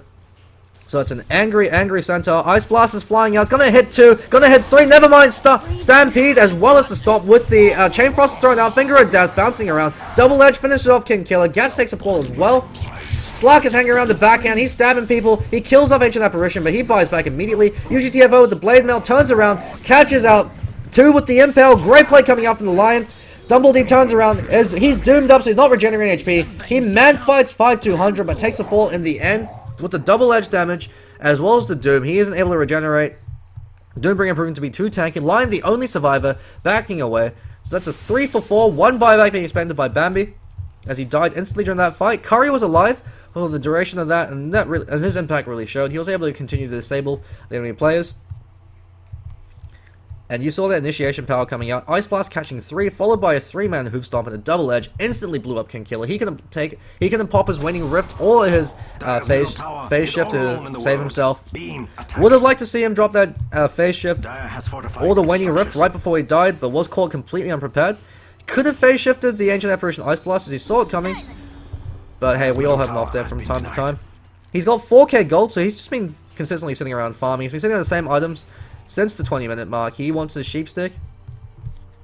Golden EXP lead is starting to dip in favor of Bambi Rising now. Only 10,000 EXP lead. And in terms of gold, only 6,000, which for 37 minutes isn't actually too big of a deal. In terms of net worth, we see that Slark is first, but Doombringer as well as Naix are leading at second and third. UGTFO is an effective hero and an effective play on the Clockwork, but Clockwork isn't a great call just because he doesn't scale all too well. He's reached his peak at this point in the game. He has the Blade Mail, he has the Aghanim Scepter. Any other item he gets is just gravy. He's already got plateaued. Would like to see maybe something like a Necro Book coming up from him, just to provide a lot more damage in whatever hero he locks down. Rubick going for the Yule Scepter, very good pickup. It's one of the ways to counteract Slark. When he pounces you, you Yule Scepter yourself up. It purges off the pounce debuff. And also means the Slark sits there looking very silly while you're cycling yourself in the air. Cranium Basher picked up by Naix. It looks like Dumbledee's going to chill back. He picked up a casual Yasha, so he could be going for an S and Y. Mantis Style isn't the greatest pickup on Slark. Good recognition coming out from 5 to 100, always dooming Slark. And these last fights, that really has shown, as without that Shadow Dance regeneration, Slark does fall very quickly to focus fire. Aghanim Scepter picked up on Gats on this Lich. So he's been sitting pretty. Dumbledee going to eat an Ice Blast to the face, but he's the only one, so at this point you could probably solo Roshan. Haste Room picked up on him. He's just going to casually farm some Ancients, wait for the Shadow debuff to wear off, and go back to farming. Smoke Gang coming up from Bambi Rising. Good plays coming out from them. Shiva's Guard finally finished over in the Doombringer. A little bit too late to counteract Slark's attack speed, since he has that Yasha now as well as enough stat points to be able to break even with the Shiva's Guard, but nonetheless, still a good pickup. The extra AoE snare and AoE damage coming out from it is always nice, can help finish off the Lion or the Lich if he catches them out of position. Level 2 Ancient Apparition Ice Blast, so this is quite powerful. Curry leading the way over in the Rubick. He's got Blink as well as Yule, so he could use it to jump in as well as pull himself out of danger. Yule Scepter picked up on Lion, and Mujreem actually scouts out UGTFO. He pops Cogs, but traps himself in. Frost Blast throws out Ancient Apparition Ice Blast. The Chain Frost is bouncing back and forth. Rubick actually stole Chain Frost, throws it back around to Dumbledee. Horsemen and Ruckus, gotta be careful right now. Dumbledee eats a Doom to the face. King Killer throws out a 3-man Dream Coil, blinks back out. Dumbledee takes the fall. Gats is on the run. Lion hanging around the back end, running in with King Killer to try to get some few kills. Lion gets a kill over him. Rubick able to finger him down. Force stops himself to safety. King Killer blinks himself back into the Roshan pit, hoping the gold they don't look that way. Throws out the Illusory Orb. Lion is running for his life. He's got the Yule Scepter, but he's used it. Force Staff is on cooldown for a few more seconds, so he's going to hide in the trees, wait for the Force Staff to go off cooldown, and then push himself back down. But it looks like they've just fed a free Roshan kill to the boys over on the Radiant side. UGTFO is brought back, so we could be seeing some Aegis steals. He's coming back and throws out the rocket. And players over from the Radiant side back out. UGTFO throws out the hook, actually misses. I think it called on the ally. Yeah, it looks like it called on Jamie. And a Lincoln Sphere picked up on Puck. He's picking up in this case so he can apply the Lincoln Sphere buff over the Slark, so that when Doombringer dooms him, it pops on Slark instead. It pops the Lincoln Sphere. Puck isn't buying it for himself, as he knows that it doesn't really matter if he gets locked down all too much, as long as he's able to provide the Waning Rift as well as the Dream Coil initiation. With Slark up in 20 seconds, they could look to take Roshan again. That Lincoln Sphere buff on Slark actually could prove to be quite significant, especially if they underestimate it, as on Slark, Lincoln Sphere is a great pickup, since you already have Pounce, Shadow Dance, as well as the Shadow Blade to give yourself 3 ways to make it difficult for them to cast an ability on you. So if they waste your Lincoln Sphere with the ability, say the Rubick's Telekinetic Lift or the Fade Bolt, and you break the Lincoln Sphere buff, the amount of seconds it takes for the Doom to also coordinate the Doom right afterwards means that Slark has an increased window of opportunity to be able to back away. Lion actually taking a lot of shots from Roshan. Heals himself up. If he eats the Ice Blast to the face, he could actually take a fall, but it's on cooldown for 10 more seconds. Dumbledee takes an Aegis, and this is the point where Horsemen and the Ruckus have to take a fight. Since Bambi Rising have been playing fantastically, they've been really utilizing the strength of their draft. Mujreem MVP for Bambi Rising. He's been making sure to land 2 3-man hoof stomps with all of his initiation to Stampede, giving a lot of power over to the Radiant side. And with this double edge, he's been bringing down Slark whenever he can, in conjunction with the Doombringer. Bambi Rising, game 1 they were playing scared, and game number 2 they're fighting tooth and nail. They're dragging it out, waiting for Horsemen and Ruckus to overcommit and make a mistake, and then they're making them pay for it. It's a very intense game number 2. 8,000 EXP lead, so Bambi Rising on the way up. 5,000 gold lead in favor of Horsemen and Ruckus, but considering the buybacks that are coming out from Slark, it's more like 3,000. So it's not the biggest lead in their favor. Although you also have to keep in mind, Bambi Rising have expended a fair few number of buybacks, so they've probably wasted about 3,000 worth of gold as well. But you saw Curry, he wasn't jumped on Slark in that fight, and that really showed. He was able to steal that Chain Frost and return it. Didn't cause as much damage as I'd like, just because you had the BKB pop up on Slark, so he was able to mitigate a lot of that damage. Never mind, he didn't have BKB, he actually ate all the damage and died. It was called out in the Doom. I swear I saw a BKB, maybe that was the Doombringer. Doombringer runs up front, he's waiting to get to the Doom over on Slark, but Dumbledore immediately jumps on him. 3-man hoof stomp, BKB is popped, Ice Blast flies out, Fade Bolt, Doom instantly kills the Slark. 5-200, gets another kill in the back end. 3 heroes down for Horseman. The Ruckus. Slark has respawned. He's going in, duking it out with Ghoulie, stabbing him, shiving him. King Killer's hanging around to provide a bit more support. 2-man hoof stomp coming out once again, catches out King Killer as well as Slark. Slark takes a fall, the double edge to the face. 5-200 getting another kill. Horseman and the Ruckus are on to retreat. Rafiki turns around, lands a 2-man stun, but Curry comes around from the back end. Cyclone's up from him. Trying to give him a bit more time. Gets a Hex. Great reflexes coming out from the line, but there's nothing he can do. He's now the Hex is stolen. Turn back on him. Eats a double edge to the face. Dire's bottom tower is under attack. Oh wow, that was a 5-0. There wasn't even any buybacks coming out from Bambi Rising. Great plays coming out from them. Doombringer ran up front, tanked all the damage. He knew he had enough survivability to stay alive to get that Doom off. Once he got the Doom off from the Slark, Slark popped instantly. Aegis as well as another kill on top of that. King Killer was the only one that survived that fight. So 5 kills in favor of Bambi Rising. Looks like Horsemen and the Ruckus are on the decline now as their early game draft is starting to taper off. The slow Blink Dagger on the puck actually proving to be quite a huge issue, as a lot of his early gank rotations weren't as effective as you'd like, and he did die a fair few times. 4,000 EXP in favor of Horsemen and the Ruckus, but that gap is closing. 5,000 gold lead, but as you can see, that gap is starting to close as well. King Killer wasn't able to get the Lincoln's Fit pop over onto Slark. And so he ate that Doom to the face and took a fall. That's the issue of having Slark as your one position hero without 2 other heroes to serve as your secondary DPS sources, as they could just blow everything on the Slark and kill him. And if they do that, if all your damage is coming out from the Slark in the later stages of the game, there isn't all too much you can do. Free tier 1 tower in favor of the Bambi Rising. There's no way Horseman and the Ruckus can defend this. Lifesteal is looking very strong and very scary now. He almost has his Abyssal Blade. Once he picks it up, he could go toe-to-toe with Dumbledore and actually bring him down before he even gets a chance to pop his Shadow Dance, as 100 damage coming out with the Abyssal Blade, as well as the Rage Duration, attack speed in conjunction with the Assault Cuirass, with the Doombringer hanging around to provide a few more right clicks and follow up with a level death. Could bring him down. Mujreem been playing out of his mind, landing so many 2-man impales. UGTF goes on the hook shot, isolates the Clockwork. Isolates the Centaur Warrunner, sorry, but Centaur Warrunner force stops himself away. Mechanical Bambi running away, throws out the ultimate, catches out Dumbledore. Dumbledore called out the Doom. He's gonna take a fall. That's the power of the Doombringer as a counter to the Slark. King Killer jumps in, Infest coming out from Ghoulie. He actually gets 2 kills from Gats with that Frost Blast. King Killer lives, so that's 1 for 3. They kill one of the cores, as well as the 2 support heroes. UGTF goes in the back end, throws out the hook shot, actually hook shots himself to safety. 5-200, called out of position. I don't know if they have enough damage to bring him down. King Killer comes in, they still want this kill. Cyclones up the Centaur Warrunner to prevent him from stomping. Goes in for the TP out, but cancelled by the battery assault. 5-200 is duking out with UGTFO, but he takes the fall. Fantastic plays coming out from UGTFO. He secures a kill over one of their cores. Mujreem running for his life. Mana drain, so it burns all his mana. He still has enough for 1 stomp and his ultimate if he has it. But he's locked in place with the sheep stick. Sorry, what the heck? UGTFO just hook shots in to say hello. And that's a 5 for 1. Amazing turnaround fight coming up from the Horsemen and the Ruckus. And that shows you what happens when you waste all your abilities in the Slark. Tommy was more than happy to tank all that to the face. They weren't able to pick off the other heroes, the support heroes over in the Horsemen and the Ruckus. They were able to retreat. Looks like Necronomicon coming out from Puck. Choosing not to go for Sheepstick this game.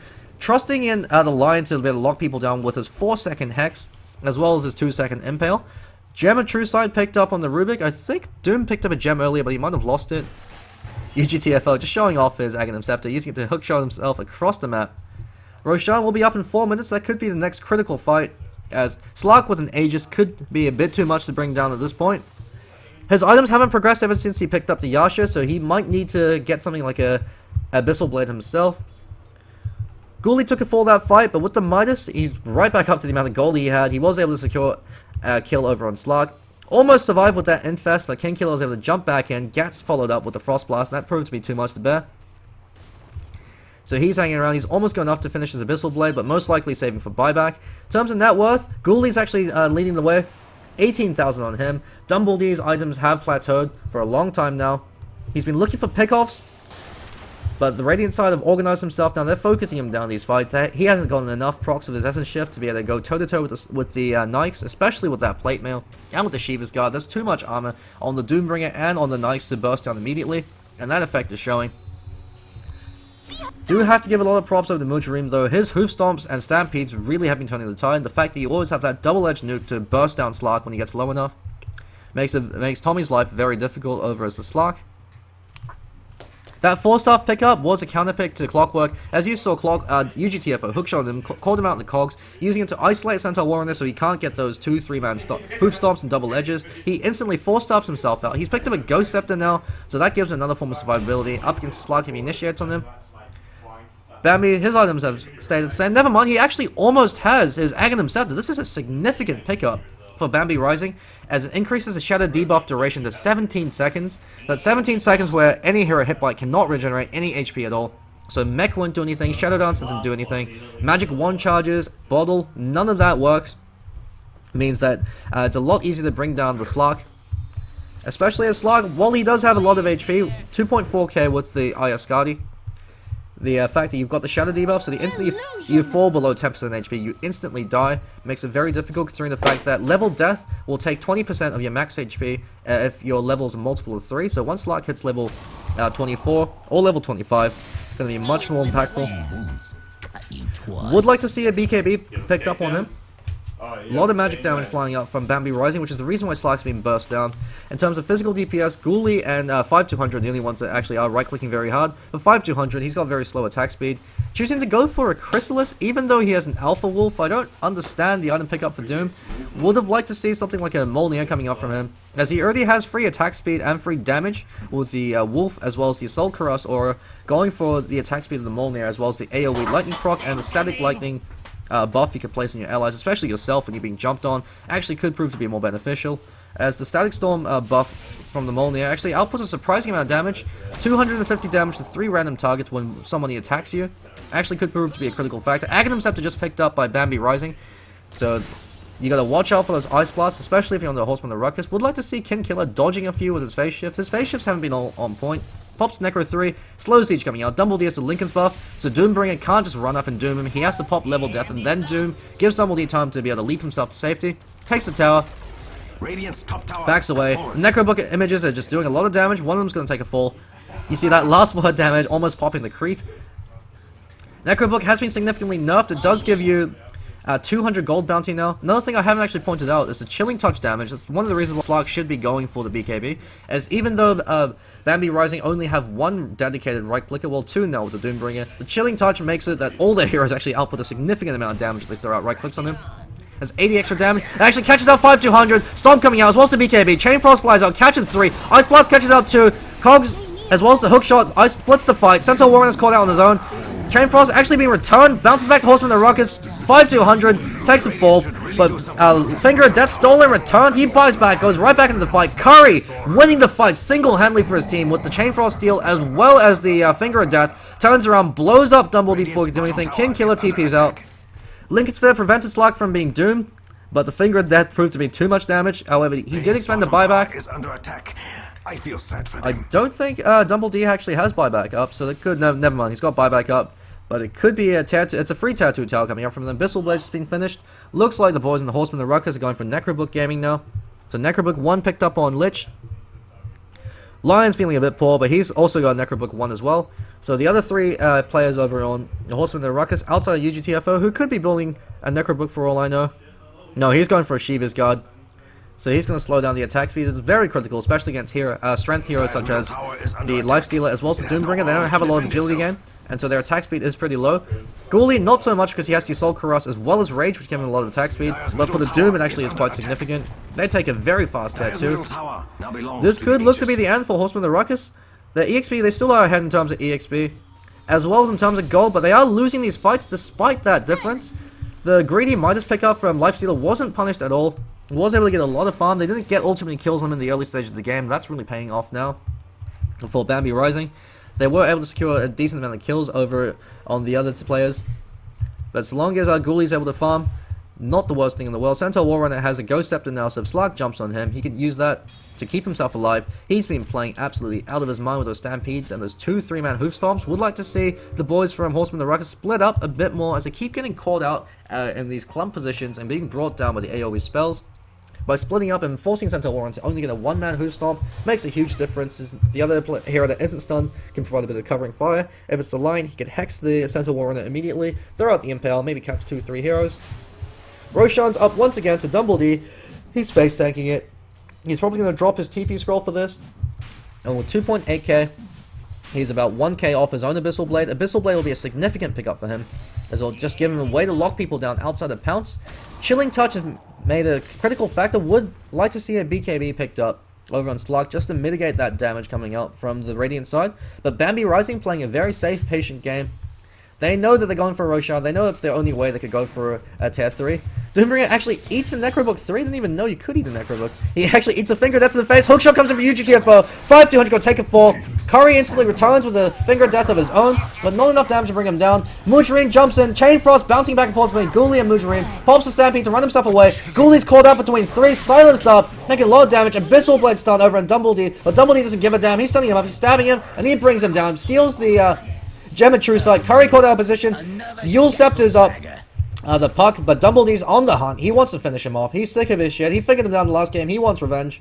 It's a matter of honor for him. He's pouncing out, but great juice coming out from Curry on the signature hero, the Rubick, creating so much space for his team. 2 of the cores are down for Bambi Rising. If they don't have buyback, this could actually be game for them. Lifestealer has buyback, but he doesn't want to spend it. Doom doesn't actually have buyback. They want to force the buyback out from the Lifestealer.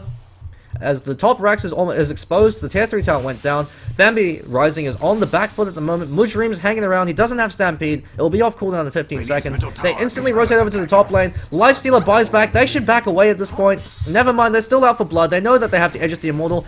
Stop, never mind. Aegis was popped during that fight.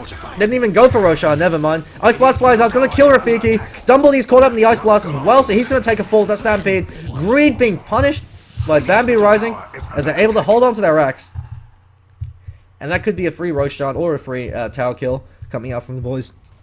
Bambi Rising, Doombringer will be respawning shortly. If they do secure a kill on Lifestealer, his buyback will be on cooldowns and he's expended a significant amount of gold. He's almost capped out in terms of items. He could sell his Midas for 1 more DPS item, maybe something like an MKB. He'd just give him a lot more DPS, although it does interfere with the Abyssal Blade. So he could even go for a harder Tarask and just really tank himself up, as it makes it difficult for Slark to go toe-to-toe with him since he's already able to bring him down. Or he could be the one building that Molnir.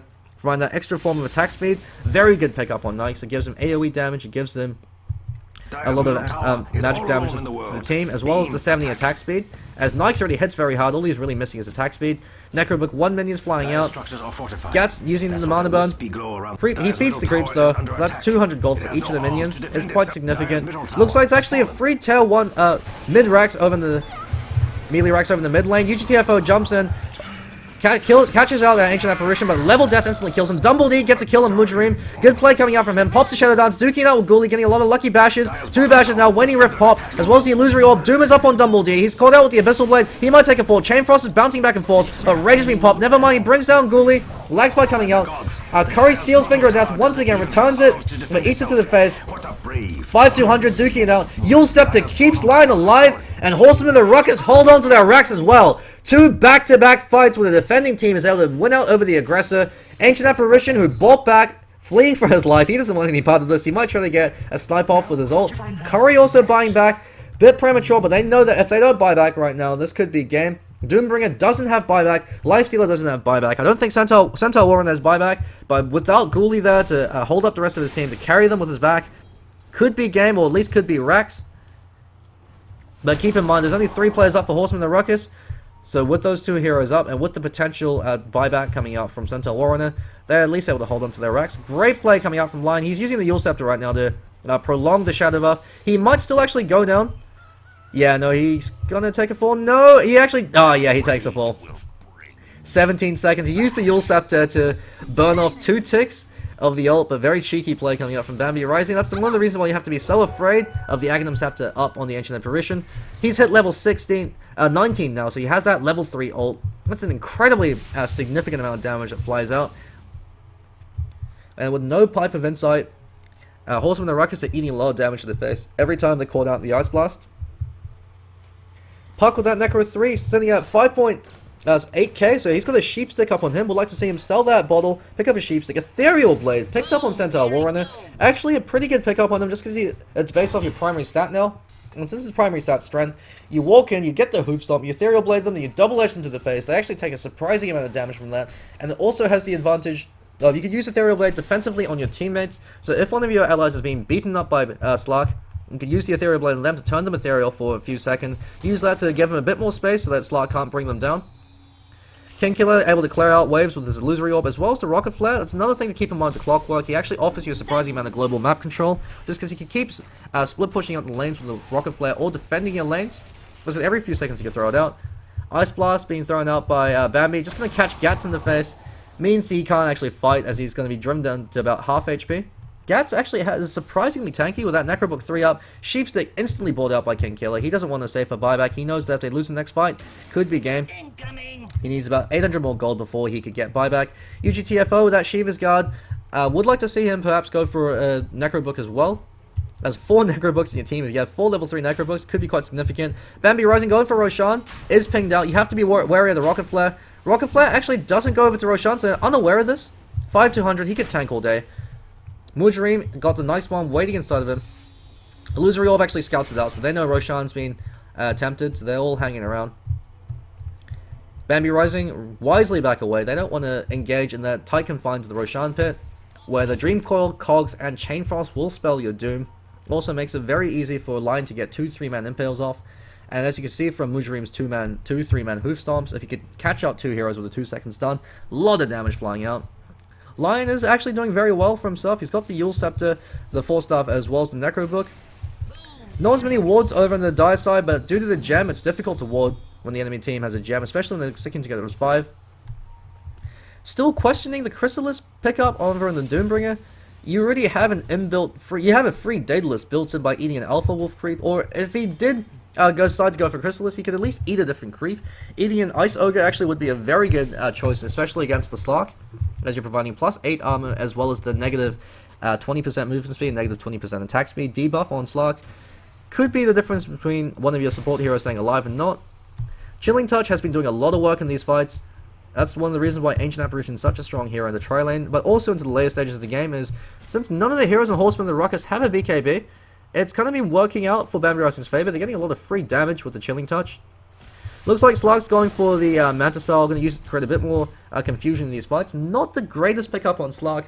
However, you do have to keep in mind that the Eshin Shift stats do propagate over to the Illusions, but the Illusions don't steal stats on their own. So once you steal a lot of stats, you could pop the Manta Style, use it to help push. So that could be the reason why he's going for it, or to help purge off silences or stuns if he's fast enough to be able to use it.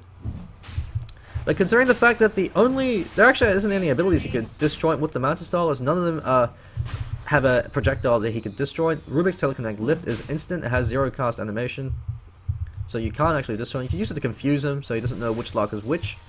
So that's the only real benefit he has for it. But other than that, looks like Clockwork catches out Centaur Warrunner. He has Naix inside him, Finger that flies out. Mujreem's gonna take a fall, pop Stampede though. Necrobooks are out, Necrobook Gaming.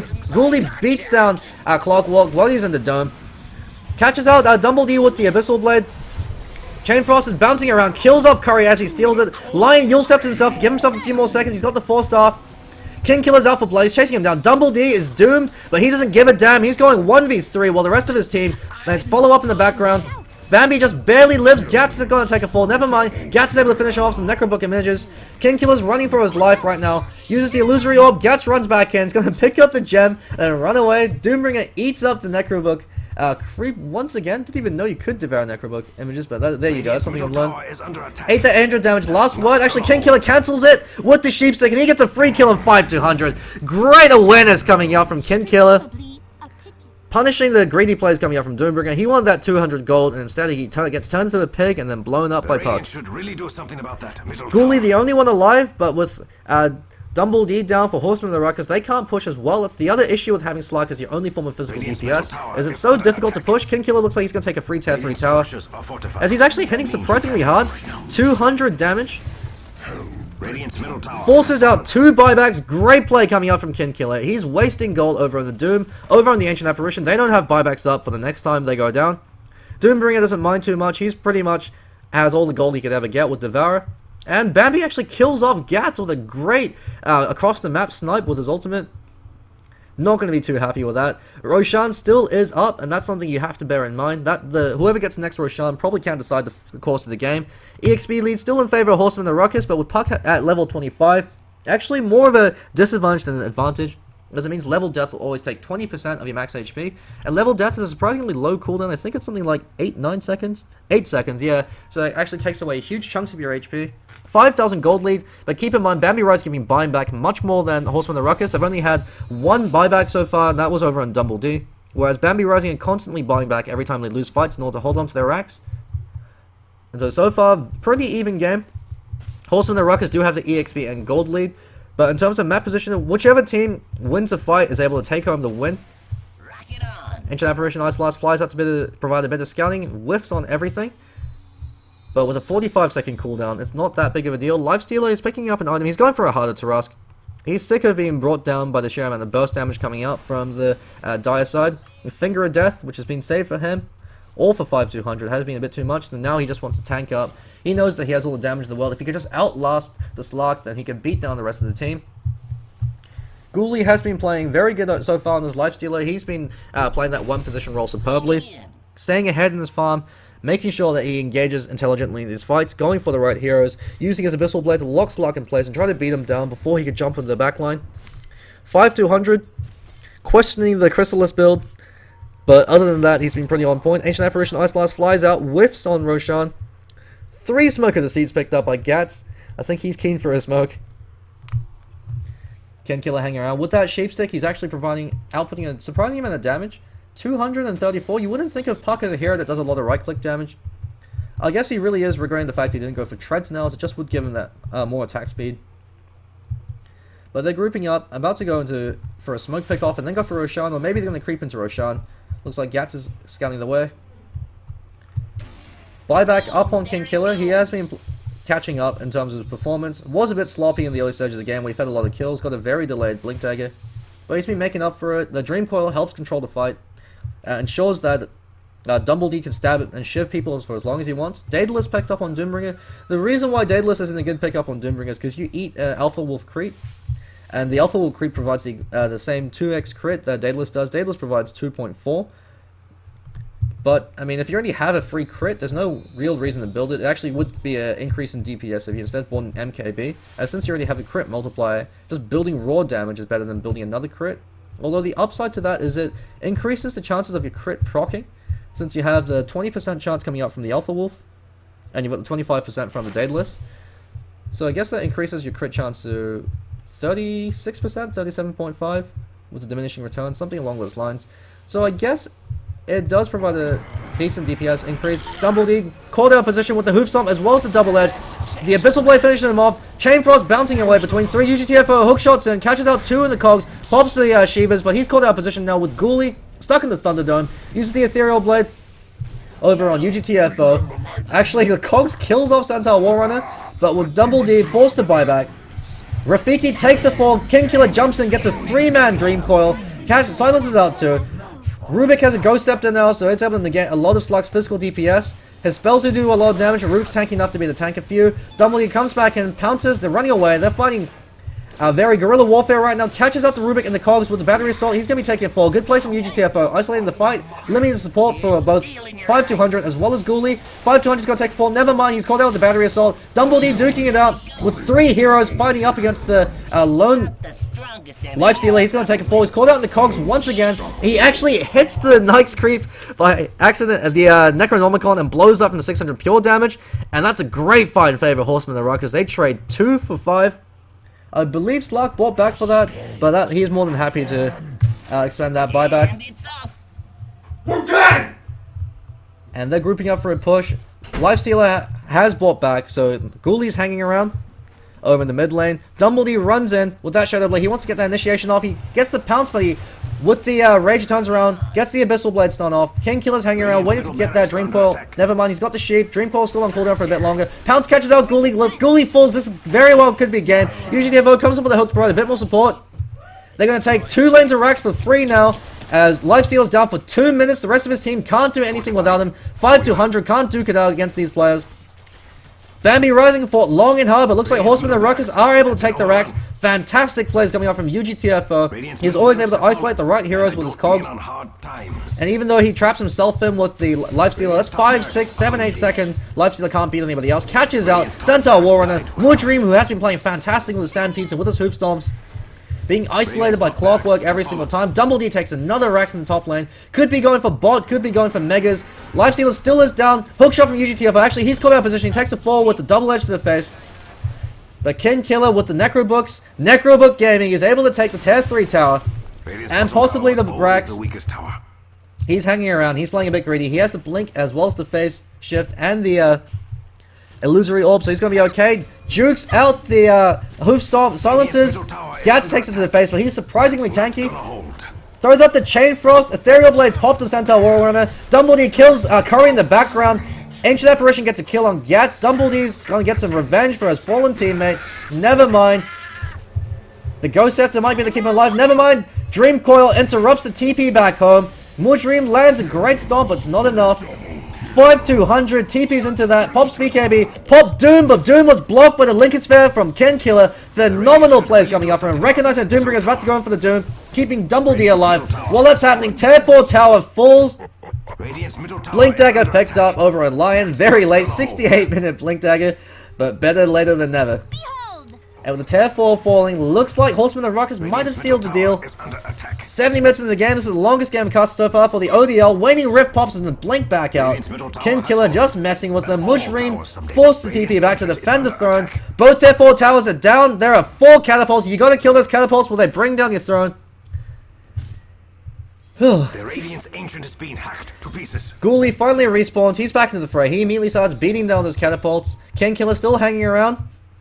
5-200 calling out gamers on. Necro 3 images pop. They're going for the Rax.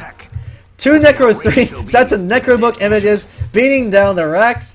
Jamie comes in with the 4-star, throws out the Finger of Death. Melee Rax is down. They don't care if they die this one. If they get Megas, it's still game. Ghoulies duking out the Necrobook images. He's being sheeped up and controlled the Yule Scepter. Ethereal Blade, double edge on Rafiki. He 4-stuffed himself to safety. Eats a right click. Open wounds on him. 5-200 is going to get a free kill.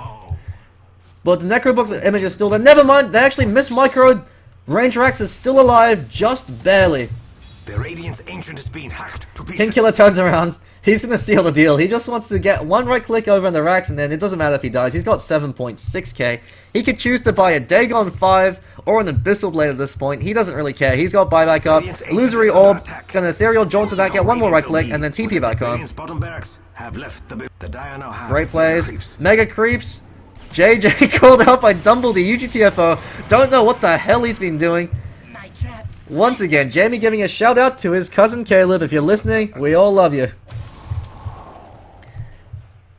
Ken Killer eats an Ice Blast to the face, but he's just sitting there taking out the catapult. With Mega Creeps up, if Bambi Rising are able to win this, I will buy a hat and I will eat it in front of them. It's so difficult to win when you're 1 Rax down, let alone 2 Rax, let alone Mega Creeps. I don't think I've ever seen a game in Dota 2 where a team was able to recover from after Mega Creeps. As it just means you always have to have a player who has to hang around and defend the throne. Looks like Curry drew defense duty. And so he actually has the Battery Assault stolen from Clockwork. His steals have kind of tapered off. He was really effective in the early stages of the game. Now it's moved on to the later stages. He hasn't been able to steal many effective spells. It's because he usually gets blown up before anything happens, or isolated by UGTFO. But nonetheless, has been a significant factor in Bambi Rising going to win these fights. Chain Frost, Dumbledy pops the Abyssal Blade. He's duking out with that. Fresh 10-second BKB. Stampede is dropped. Mujreem wants this. Chain Frost still bouncing around. Mid-Rex is being dropped. It could be a base race. Finger of Death thrown out over on Naix, but he doesn't really give a damn. Gets eaten Ethereal Blast to the face. Mujreem comes with a double edge of the Force Staff and gets a cheeky kill. Rafiki hanging around, draining all the Ghoulies mana. Realizes Ghoulie doesn't have any mana, and he's actually going to come back and start wrecking his face. While that's happening, check out your base. Kin Killer going for the throw. Dota is an objective-based game. The throne falls. Doesn't matter how many kills you have. Doesn't matter how ahead you are. All that matters is to bring down the throne. And King Killer's proving that point. And he goes in for a very cheeky throne kill. Game number 2, 71 minutes and 18 seconds in. Very intense back and forth game. Probably the best game I've casted so far in the ODL 1. Amazing plays coming out from both sides. For both Bambi Rising as well as Horsemen and Ruckus. Game could have gone on either side. But eventually, Horsemen and Ruckus able to seal the deal, going for a win. I believe there are a few more games happening tonight. I'm just going to double check to see whether the series are happening. If they are, I will be casting them. Otherwise, that will be it for tonight. VODs will be uploaded tomorrow, so thanks for watching and stay tuned.